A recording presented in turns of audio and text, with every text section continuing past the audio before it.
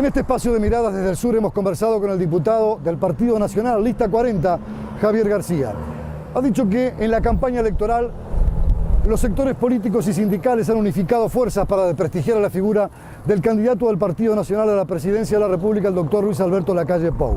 Se trata, dijo, de una estrategia para intentar buscar un rédito de carácter político con una serie de planteos que no se ajustan a la realidad.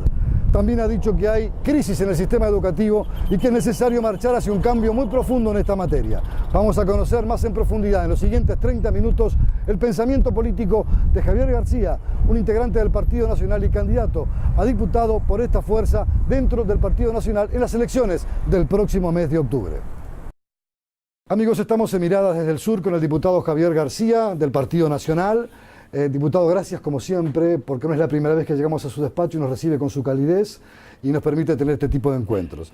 Estamos en pleno escenario electoral y por estas horas ha habido algunas diferencias y algunas polémicas incluso importantes por algunas afirmaciones del candidato a la presidencia de la República del partido que usted integra, a propósito de si es conveniente mantener a los trabajadores rurales con la ley de 8 horas, si no hay que revisar el tema de las domésticas y si los consejos de salario, que es un instrumento que está en la ley, se mantendrá o no. ¿Cómo observa todo este panorama? Incluso porque ha habido una contraofensiva del sector sindical planteando la necesidad de los logros que para ellos son la conquista de estos espacios. Bien, muchas gracias por venir.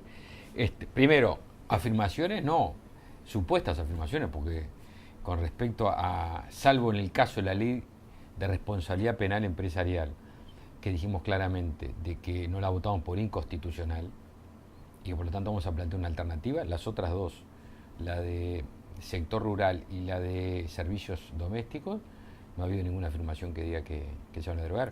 Hubo una operativa política por parte de algunos sectores vinculados al Frente Amplio y a la candidatura de Tabaré Vázquez, políticos y sindicales, que lo que buscaron es hacer decir lo que no se dijo, nunca. Primero, todas esas leyes, se habla de responsabilidad penal empresarial, fueron votadas por el Partido Nacional. Empiezo por la que empecé primero. Responsabilidad penal empresarial es inconstitucional. El doctor Tabaré Vázquez planteó lo mismo. Le pidió a su bancada que no la votara para que evitar una declaración de inconstitucionalidad. Lo que muestra claramente la intencionalidad política es que no se dice que el doctor Lacalle Pou y el doctor Tabaré Vázquez pensaban lo mismo. Solo mencioné el pibe.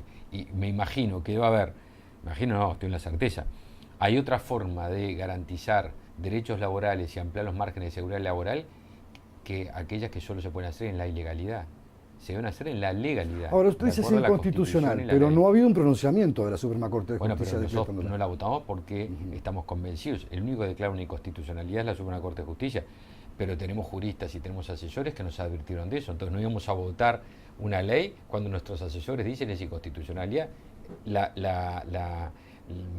pronunciamiento final va a ser la Suprema Corte de Justicia. También dijimos en otras leyes que eran inconstitucionales, no las votamos y terminaron siendo inconstitucionales, como lo planteó la Suprema Corte. Así que acá hubo un razonamiento muy similar al nuestro, hecho por el doctor Tabaré Vázquez y por el vicepresidente Astori, que plantearon exactamente lo mismo que nosotros, y no se dice. Ahora, usted tiene temor que fleche la cancha esa ley, que las responsabilidades vayan para un solo lado y que los trabajadores queden como más liberados de cierto tipo de siniestralidad, porque la ofensiva del PIT-CNT dice, gracias a esa ley hay menos siniestralidad. Bueno, ojalá haya menos siniestralidad por esta ley y por muchas cosas más que se puedan hacer, porque nadie pretenderá pensar que alguien está de acuerdo con que trabajadores se accidenten, ¿no? Sería de tal necedad política, de tal insensibilidad que me imagino que nadie estará sosteniendo eso. Lo que queremos es que debe hacerse todo esto adentro de la ley. Los derechos se defienden adentro de la ley, no afuera de la ley. Cuando se empiezan a defender derechos en forma ilegal, se sabe por dónde se comienza, pero nunca por dónde se termina. Siempre dentro de la ley. Segundo, por el servicio doméstico yo no escuché mención al respecto. La verdad que me sorprende, porque no estuvo ni mencionado, pero apareció por ahí unas reclames, un invento, absolutamente invento. Respecto a la posición contraria, cuando todos la votamos. Y segundo, con el sector rural, lo que dijo Luis era que era el trabajo en el sector rural es un trabajo muy particular, que tiene, por el hecho de realizarse a lo exterior, y que por lo tanto no se puede considerar como una oficina. No obstante, esta ley... No se está en contra de la ley de 8 horas. Absoluto, pero ¿quién, es lo mismo el trabajo que usted desarrolla o que yo desarrollo abajo de este techo con aire que el que se desarrolla en el medio del campo, sometido a la lluvia, cosas, cuando sabemos que hay momentos en que obviamente se debe dejar de trabajar, o que hay un animal que está para parir, que hay que asistir, que sí, hay cosas que no participan del mismo régimen, que el trabajo suyo, mío, pero no es estar en contra de la ley. Es más, se le preguntó concretamente, dijo, no pensamos derogarlo, dijo, no tenemos un fin refundacional. Entonces yo la verdad que no entendí hasta el momento, salvo por una vieja técnica de muy triste historia, que es tratar de repetir una mentira muchas veces para tratar de transformarlo en verdad. Consejo de salario. Hay legisladores del Frente que yo los he escuchado y han dicho, bueno, no dicen que lo van a derogar, pero la tesis más probable, sostienen, es que no los convoquen. Bueno, pero eso, como yo dije, la tesis más probable es que los legisladores del Frente, algún legislador del Frente haga tal cosa. ¿Yo qué es la más probable? La verdad que si nos vamos a dirigir por lo que cada uno considera más probable, atrás suyo está, mira, allá atrás suyo están las agendas de gobierno del Partido Nacional. Si usted se da vuelta ahora, extiende la mano 10 centímetros, los agarre, va a haber un capítulo que dice, habla del Consejo de Salario. Sí o sí. Te digo, no se puede tratar de transformar una mentira en verdad. Es de muy triste historia en la historia de la humanidad eso. Vamos a tener una campaña positiva donde podamos debatir ideas, pero no inventos. Ahora, estamos sometidos. La segunda parte de la pregunta, Leonardo, era suya, era si hay una con respecto al PIT-CNT. Yo realmente, lo que todos sabemos, yo soy militante gremial de toda la vida, fui militante gremial, obviamente no, pero cuando toda mi carrera la hice en la época de la dictadura, cuando estamos reconstruyendo los gremios, y después en vida democrática, una vez que recobramos la libertad. Conozco bien la vida interna de los gremios y las internas gremiales y partidarias que salen en los gremios. Ahora lo que estamos es a un PIT-CNT que se ha metido de lleno en la campaña sindical, en la campaña política, perdón, pasando una frontera que habla de que no hay independencia. ¿De qué independencia me habla si el presidente del Sindicato de la Construcción es diputado del Partido Comunista acá? Si entra a Cámara, que es sindicalista y en sus tiempos libres es diputado del Partido Comunista. El señor Bermúdez ha entrado acá de la salud, dirigente del Partido Comunista, integrante secretario ejecutivo. Señor Castillo, ¿qué era antes de ser vicepresidente del Frente? Coordinador general del PIT-CNT. Los tres son integrantes del Partido Comunista, es decir, comparten su militancia política y sindical. A usted obviamente no le parece bien eso, a mí tampoco. Me parece que una persona cuando está... ¿Sabe que estoy recordando en este momento? Sí. Una frase de Wilson Ferreira Aldunate, yo sé que es una referencia política para usted, sí, cuando dijo exactamente que a los sindicatos no se entra de ladrillero. Se entra de ladrillero, se entra de... ¿Por qué el ejemplo de ladrillero? Porque tenía nombre propio eso. Pero también pidió crear una Secretaría de Asuntos Sociales dentro del Partido Nacional y pidió involucramiento de los blancos en los sindicatos. Obvio, vamos por partes. ¿Sabe por qué era el tema, una anécdota? ¿Por qué era el tema del ladrillero? Estaba referido a una persona muy querida por todos y que falleció hace poco, por don Luis Colotuso. Luis Alberto Colotuso. Luis Alberto Colotuso, don Luis Colotuso era ladrillero. Y era militante sindical y dijo a los sindicatos se entra de ladrillero, pero no por blanco. Y nuestros compañeros, que hay decenas, centenas, debe haber miles que votan al Partido Nacional, pero no van al sindicato a llevar el programa del Partido Nacional y a hacer carrera política. Están militando de sindicalista. O bueno, fuera cosa que no se le permita a un hombre que vota al Partido Nacional, a un hombre, a una mujer que vota al Partido Blanco, al Partido Colorado, o al Partido Independiente, militar en los sindicatos. Entonces, ya visto. Lo que no se debe hacer es utilizar el sindicato para que el sindicato termine siendo la política de transmisión. Que las fronteras a veces puede pasar incluso también a nivel gremial empresarial, claro, ¿verdad? Las fronteras a veces están muy poco formadas, son más bien divisorias muy sencillas de trabajar por la que el dicho popular, mal de muchos, ¿cómo termina? Sí, no, consuelo de pocos, pero me refiero a que esas cosas pueden pasar en varios ámbitos. No quiero decir que si está bien o está mal, no soy quien yo para jugar. Claro, y entonces, y lo que está pasando en el PIT-CNT, vamos a hacer, a ver, hable con dirigentes sindicales del PIT-CNT y coméntenles esto que yo le estoy diciendo. Todo esto que hay del paro ahora del 18, es un paro que hace el PIT-CNT para llevar adelante una posición política, para definir a qué partido. Porque en definitiva dicen, vamos a definir nuestro proyecto político. Van a decir, hacemos un paro para que gane el Frente y vamos contra la calle Pou y el Partido Nacional. Una cosa insólita, hay gente que va a perder el salario, va a perder niños que van a perder horas de escuela o de liceo jóvenes, consultas médicas que no se van a hacer, pedidas de hace meses, todo por un paro político. Y lo que hay atrás es que hay un partido, que es el Partido Comunista, que está viendo peligrar su representación en el Senado, que hace añares que tiene el Partido Comunista, ¿no? Entonces decidieron utilizar el PIT-CNT para movilizar a los sectores sindicatos fuertes, de forma tal de, a través del PIT-CNT, recobrar protagonismo político en el ¿Sabe Partido que lo pueden Comunista. plantear y se lo dejo para después de la pausa la pregunta? Le pueden decir que tiene una política antisindical y si el caso de ser gobierno va a tener que negociar. Pero vamos a hablar, pero a ver. Después de la pausa me lo contesta. Pero qué gusto.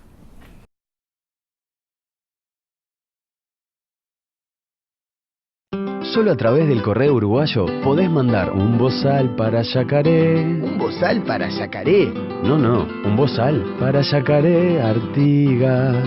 Ah. El correo uruguayo llega hasta donde quieras.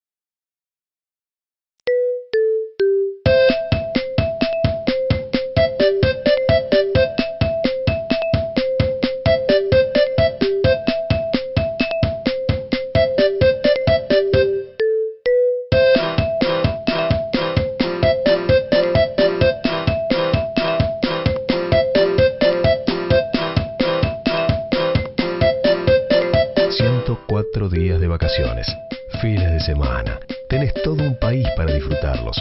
Uruguay Natural, Ministerio de Turismo y Deporte. La ley en tu lenguaje. Es importante que sepas que el trabajo rural está regulado por ley. Las horas de trabajo son 8 y deben respetarse, al igual que los horarios de descanso. Si la jornada supera esas horas, tenés derecho a cobrar horas extras. Conoce más sobre esta ley en impo.com.uy/trabajo rural. Importa que lo sepas. IMPO, Centro de Información Oficial.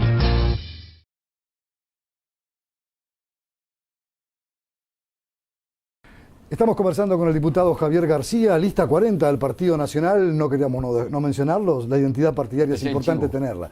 El chivo, de alguna manera. Le dejaba planteado en lo previo, a propósito de, bueno, si esta posición de confrontar con el sindicato, en el caso de ser gobierno, mañana no le puede pasar factura, ¿verdad? Porque usted dice, los sindicatos están haciendo su parte en la campaña política para apoyar a la izquierda, pero en el caso probable, porque las encuestas lo pueden plantear así. Pero esto no va a ningún inconveniente. Primero, pues yo soy un hombre frontal. A ver, muchos de los que están en el secretario ejecutivo me conocen de muchos años. Compartíamos la lucha por la libertad. Yo soy el mismo que recorría calles y marchas y estaba en ejecutivo de la FEU, la CGU. No he cambiado. Me pasa que me gusta hacer política diciendo la verdad, no que se esconda la verdad.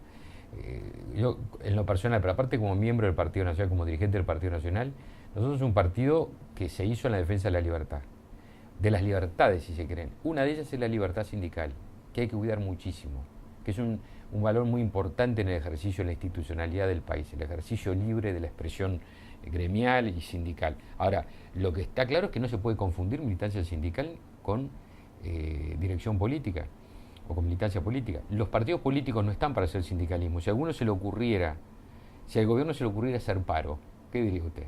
Pero el gobierno no puede hacer paro, porque no tiene que gobernar. Paro hacen los sindicatos, ¿no? Cuando reivindican, no paros partidarios, deben hacer paro por condiciones laborales, etc.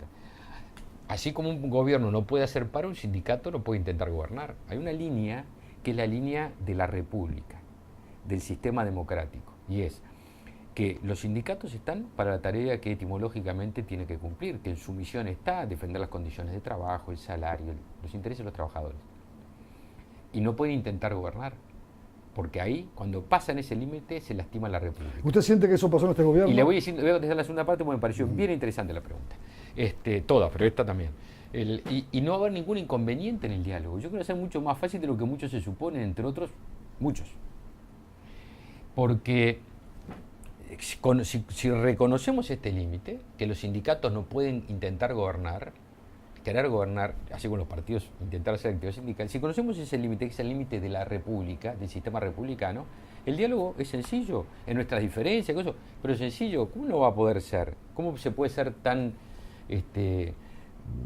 tener una estructura y decir yo no me voy a entender. ¿Quiénes son los que se entienden? Los que buscan entenderse, los que tienen pensamiento diferente.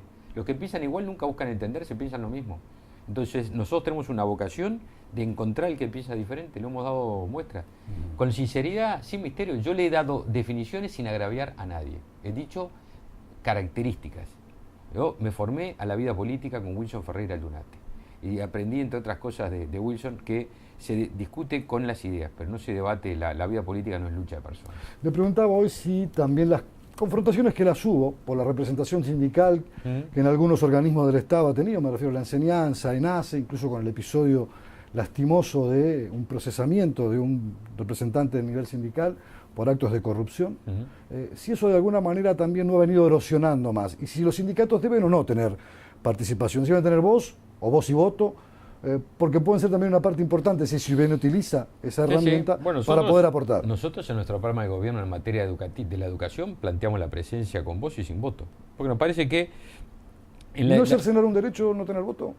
No es cercenar un derecho, si fue otorgado por una ley, ahora no existió. Puedo tener voz pero no puedo tomar una decisión. decisión. Y hay una cantidad de organismos que suceden así. La historia de la participación con voz y con voto de los sindicatos de las corporaciones en la educación son de 6-7 años atrás. Nosotros votamos en contra, no estamos de acuerdo. ¿Cómo puede ser eso que en Uruguay, yo soy médico, pero me cuentan los abogados que ese viejo aforismo que tienen la Facultad de Derecho es que quien puede lo más puede lo menos, ¿no? En Uruguay usted puede lo más en materia de elegir autoridades, pero no puede lo menos, es al revés de eso, porque usted puede elegir presidente, puede elegir senadores, diputados, intendente, alcalde. El presidente abajo puede elegir todo, sin embargo no puede elegir las autoridades de la educación. Porque hay delegados en la educación que son electos por una asamblea corporativa que terminan teniendo poder de veto y son los que terminan dirigiendo la educación. No sé que usted puede elegir en Uruguay el presidente de la República, pero no puede elegir las autoridades. Pero eso es un mal para todos los gobiernos, porque a ver, cada gobierno que llega elige sus autoridades para cada organismo. Pero la democracia tiene una legitimidad, que es la legitimidad del voto. Por algo se elige. Siguiendo su razonamiento me refiero. ¿Quién elige a los que votan igual que el que usted vota cada 5 años? Los representantes que usted vota secreto, y el mismo peso tiene uno que fue designado por no se sabe quién, por una asamblea. ¿Qué representatividad tiene?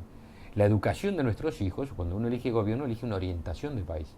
Y por eso nosotros decimos que el Ministerio de Educación y Cultura tiene que tener mayor preponderancia. Si no tenemos un Ministerio de Museos, porque de educación no tiene ninguna injerencia.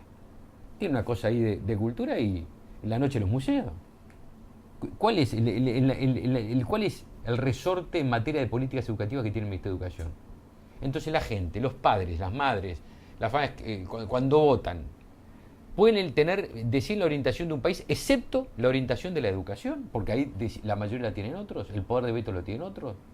No, espere, el que vota decide, yo creo que el Uruguay vaya para allá. ¿Y cuál es la legitimidad? Mayoría, como en la democracia, como en cualquier democracia sana, transparente, decide la mayoría. Me gusta, no me gusta, decide la mayoría. Quiero cambiarle de tema. Cambie. Porque es importante poder conocer algunos aspectos más.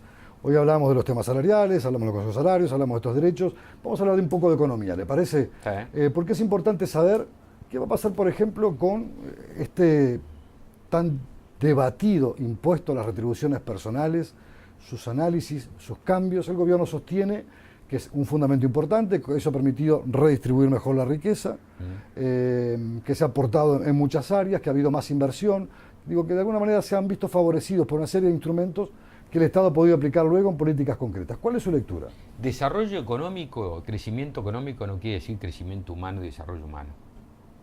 Uruguay está pasando por suerte, ¿no? En estos últimos años por una muy buena situación económica. Todos sabemos cuáles son las razones. Vendemos materias primas que en el mundo, sobre todo en Asia, se consumen abiertamente. Ojalá que esto no termine nunca, ojalá que no termine nunca, pero los ciclos, la economía participa de ciclos. Esperemos que este sea lo más largo posible, porque eso está bueno para el Uruguay y para todos. Todos vivimos aquí, nuestros hijos viven aquí. Ahora, qué paradoja, la mayor recaudación de la historia, el mayor crecimiento, y por el otro lado, aumento de la brecha e inequidad en la educación, la mayor distancia entre los sectores más pudientes y los menos pudientes en materia educativa, crisis y colapso vial en infraestructura. El otro día un integrante del equipo económico, Ferreri, dijo que se necesitaban 30.000 millones de dólares en materia de infraestructura. Entonces la pregunta es, ¿entonces no se hizo nada? Bueno, no es una conclusión que sea muy difícil de comprobar. Agarre cualquier ruta, están deshechas. Y en materia Cuando se argumenta que es por el mayor tránsito de mercancías y de desarrollo. Cuando usted tiene que digo, le planteo bien, pero lo eso que se dice de otra no perspectiva. resiste más mínimo análisis. Esto es un problema de gestión. Si usted tiene rutas que sabe que, por ejemplo, está plantando un monte acá y sabe que este monte lleva tantos años en crecer y que va a talarlo en tantos años, usted tiene que prever que esa madera va a salir por un lugar, no se la llevan en helicóptero, ¿no? Los que no se previó nada. Si usted tiene que va a tener por suerte un boom, una producción sojera muy importante, y bueno, a ver, ¿dónde están? Bueno, en prácticamente todo el país, por ahí van a pasar camiones, pues no se lo van a llevar del medio de las chacras, se lo van a llevar en barco, ¿no? Si la soja tiene que salir, no se previó nada, no se hizo nada. Entonces, lo que hubo fue una muy mala gestión, no hubo, yo digo, la contradicción entre el crecimiento económico y el no crecimiento y desarrollo humano. No lo hubo. ¿Cómo se explica? Usted está, fíjese, educación, yo le doy un solo dato. Usted se para en el centro geográfico de Montevideo, que no es el kilómetro cero de la Plaza Cagancha, sino que es Tres Cruces, kilómetro cero geográfico, y si usted va 15 minutos para el norte y el oeste, de 100 muchachos que entran al liceo, terminan 5. Hay 95 que se quedan por el camino. Ahora, si está parado en el mismo lugar y en vez de los 15 minutos para el norte y el oeste lo hace para el este, va para la costa, de cada 100 muchachos que entran al liceo, 95 terminan. Exactamente al revés. Y todo eso, la distancia, ¿cuál es? Media hora. Pero más allá de eso, tiene que haber algún fenómeno explicable incluso por, según dicen algunos especialistas en materia pedagógica, ¿no? La necesidad de la mujer de trabajar, menos presencia en los hogares de los padres, cuando no son hogares monoparentales. ¿Pueden ser algunas razones que lo expliquen? Después de la pausa me lo contestan.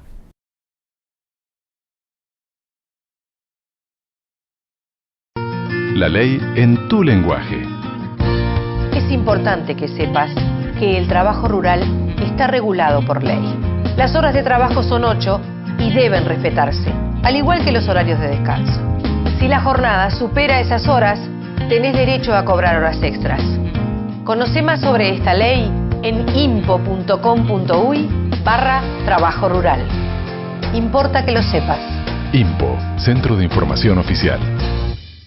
Solo a través del correo uruguayo podés mandar un portero eléctrico para tranqueras. ¿Portero eléctrico para tranqueras? No, un portero eléctrico para tranqueras Rivera.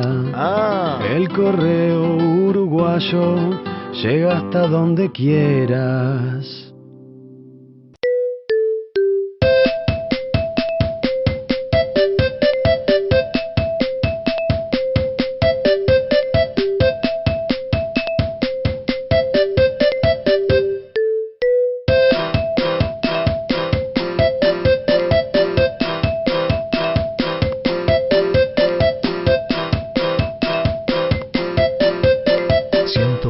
Días de vacaciones, fines de semana. Tenés todo un país para disfrutarlos.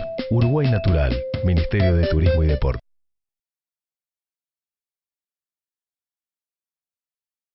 Estamos conversando Miradas desde el Sur con el diputado Javier García, lista 40 del Partido Nacional, muy cerca ya de las elecciones, casi ahí palpitando en la recta final, como dirían los burreros.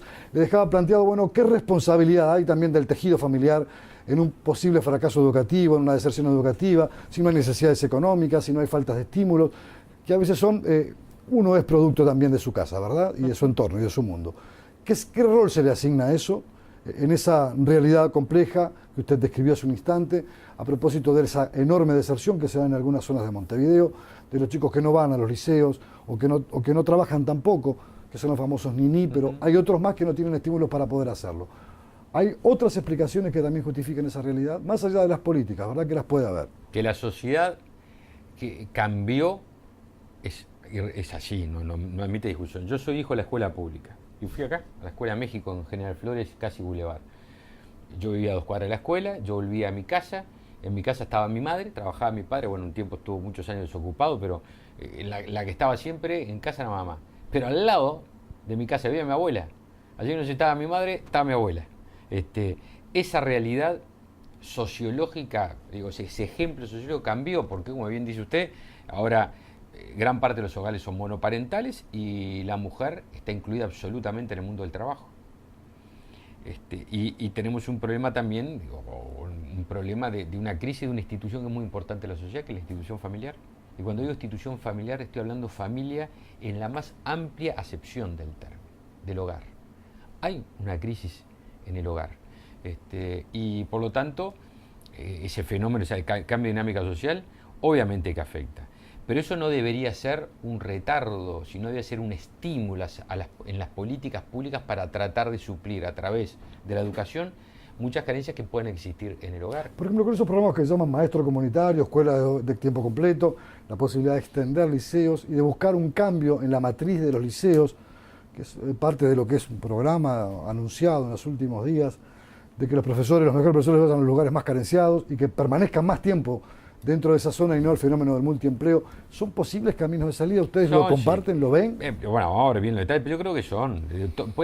Está bárbaro que haya ideas. Lo que no está bien es que haya habido un montón de dinero y no se haya tomado decisiones que iban en el sentido de ayudar en mantener aquella institución que era la escuela. Digo la escuela como institución pública, claro, como segunda casa. ¿Por qué? La verdad que la segunda madre era la maestra.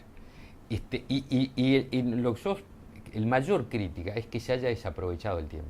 Una brutal inversión educativa con unos pésimos resultados.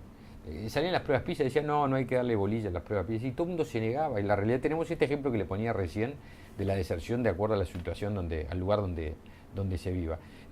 No se puso ojo en la calidad. Se habló del poder de la educación. Pero la realidad es que los gobiernos del Frente Amplio no pusieron el centro en la calidad del producto, de la educación. Si vamos más atrás, yo recuerdo... El debate fue el poder de la educación. ¿Quién gobernaba? Y bueno, ahí fue que aparecieron las corporaciones. Usted sabe que uno mira más atrás en el tiempo, es veterano, usted es legislador ya hace muchos años. ¿Me está diciendo veterano en forma? No, yo lo digo yo, porque por mi propia persona. Reformas como la de Rama, sí, reformas luego como la de Bonilla. Y hemos ido de reforma en reforma, de transformación en transformación y nunca terminamos concretando la sensación que uno tiene como ciudadano. Falta la clase política, se intentó hacer un acuerdo político con este gobierno, luego... Hubo dos documentos firmados. Pero ¿qué es lo que está pasando? ¿La clase política tiene responsabilidad también en esto? Bueno, sí, alguien dice que no tiene responsabilidad política, no está diciendo la verdad. Pero en este periodo hubo una realidad. Hubo un gobierno que tuvo la fortuna, porque no se da siempre, se da pocas veces, de tener mayorías absolutas en las dos cámaras. No tenía que dialogar con nadie, no quiso dialogar con nadie, ni tenía por qué. Claro, yo creo que aún teniendo la mayoría, porque tenemos un esquema de razonamiento diferente, yo siempre buscaría el pensamiento del otro, porque no creo en las verdades únicas. Pero el gobierno no aprovechó lo que tenía. Entonces, 10 años después, uno puede decir, vamos a hacer esto, y es legítimo preguntar, ¿por qué no lo hizo? ¿Por qué? Si tuvo todos los recursos, ¿por qué no hizo en el momento de mayor, donde existió una montaña de recursos, no se preocupó de la calidad de lo que se enseñaba? Y hemos tenido una caída muy importante en instrumentos básicos de la formación de un individuo, en matemáticas, en ciencias, en lenguas. Aumentaba, fíjese, es increíble, ¿no? Aumentaba la inversión educativa y bajaron los niveles educativos. Es terrible. Uno pregunta, si esto pasa cuando hay montañas de recursos, ¿qué pasaría si no estuviéramos en esa situación o si cambiara esa situación? Bueno, no quiere decir que uno tenga una visión catastrofista, porque no es así. Vamos a tener que esforzarnos más para superar a veces que no va a haber esa situación de tanta ingreso de recursos. Le quiero cambiar el tema. Derechos humanos. Continuar con la investigación para encontrar a los desaparecidos. Lo que diga la justicia.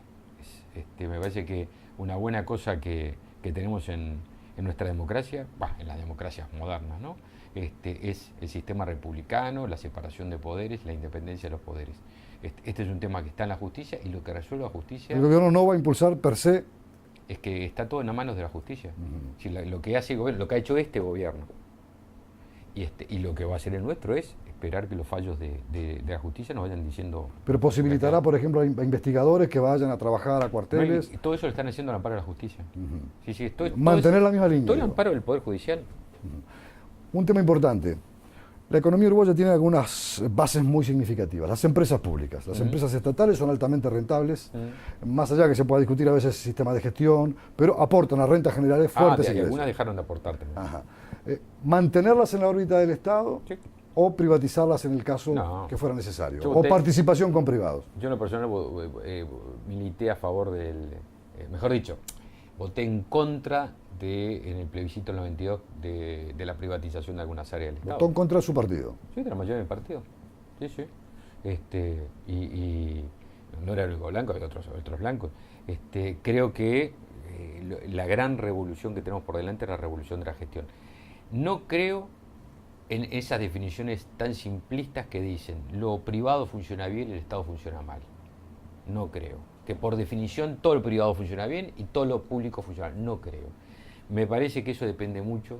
Hay ejemplos muy buenos, tanto en el sector público como en el privado, de buenas gestiones, y hay ejemplos malos en el público y en lo privado de mal en materia de gestión. Creo que hay que mejorar mucho la formación de los recursos de gobierno, de los lo que en otros países llaman de las escuelas de gobierno, es decir, los jerarcas. Muchas veces los políticos pensamos mucho en la mujer y el hombre orquesta, el que todo lo sabe, cuando un mundo tan complejo como el actual requiere más especificidad. Y requiere, ¿no? El conocimiento se duplica en el mundo cada 5 años. Sé que es una nota que podría dar para mucho más, una entrevista más larga. Se nos está yendo, pero quiero preguntarle lo último, porque es importante. ¿Cómo se imaginan un gobierno del Partido Nacional con la relación con Argentina, con Brasil, con el Mercosur, que han sido complejas, más allá de ciertas proximidades o familiaridades ideológicas que uno pensaba al principio que podían facilitar el diálogo, las negociaciones, y la vida de los hechos ha demostrado que no? ¿Cómo se imaginan ese escenario? ¿Usted tiene hermanos? ¿Usted tiene hermanos? Tengo hermanos. ¿Mayores o menores? Menores. Menores. Bueno, yo tengo hermanos mayores. Los países tienen que hacer lo que hacía yo en el caso suyo, lo que hacían sus hermanos menores con usted y lo que hacía yo con mis hermanos mayores. Nosotros buscamos los recovecos, buscamos la forma de que los hermanos mayores no se hicieran locos con nosotros. ¿Ah? En la vida de los países es lo mismo. Nosotros tenemos que tener la profesionalidad, en este caso, la actitud proactiva, de forma tal que nuestros hermanos mayores, en este caso del barrio, Argentina y Brasil, no se hagan el loco con los chicos. Primero porque seremos relativamente chicos, por eso que somos un paísito bastante discutible en términos mundiales, pero en términos regionales somos un país más chico, pero tenemos una larguísima tradición en materia de política internacional, tradición que se fundó primero en la historia de personas, de presidentes, cancilleres, cuerpos diplomáticos que supieron defender nuestros intereses a pesar de nuestro tamaño. Pero aparte porque tenemos relaciones profesionales. Las relaciones entre los países no parten del humor de los presidentes. Si me llevo bien con tal presidente o tal presidenta, las cosas van bien, entonces le digo, che Cristina o che Dilma, y las cosas no pasan por ahí, porque los demás, los grandes, les interesa muy poco la amistad, les interesa mucho los intereses. Una frase de Abreu que no es de él, pero que lo repite: los países no tienen amigos, tienen intereses, y sobre esa base hay que trabajar. Entonces, la diplomacia presidencial es una enorme equivocación, porque depende del humor de los presidentes o de un micrófono prendido. Diputado Javier García, muchísimas gracias por esta gentileza de recibirnos una vez más en su despacho. No será la última vez que estaremos conversando, pero ha sido un verdadero gusto conocer hoy, más claramente en este espacio, en un escenario de pasiones políticas como es una campaña electoral, haber escuchado sus planteos, sus opiniones y sobre todo sus ideas. Muchísimas gracias, un placer. Hasta aquí, amigos, en Miradas desde el Sur, este encuentro con el diputado Javier García, lista 40 del Partido Nacional.